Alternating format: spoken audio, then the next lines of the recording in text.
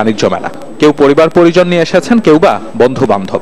জমজমাট মেলার ব্যবসাও।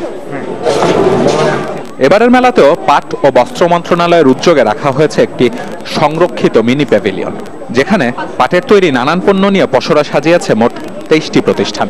পাটের ব্যাগ, জামা, জুতো, স্যান্ডেল কিংবা কাপড়, কি নেই সেখানে। মনকারা ডিজাইনের সব পণ্যই রপ্তানি হচ্ছে বিদেশেও। এ যেন এক টুকরো জায়গায় বাঁচিয়ে রাখার চেষ্টা দেশের সোনালী আঁশের ঐতিহ্যকে। তারপরও কতটুকু রক্ষা হচ্ছে সে প্রশ্ন থাকছেই।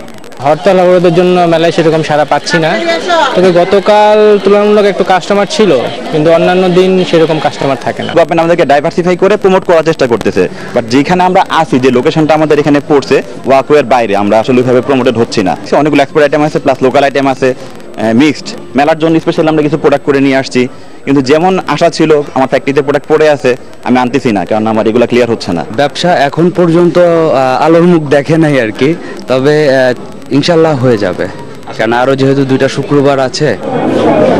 ক্রেতারা আসছেন, ঘুরে ঘুরে পছন্দসই এসব পণ্য কিনেও নিয়ে যাচ্ছেন।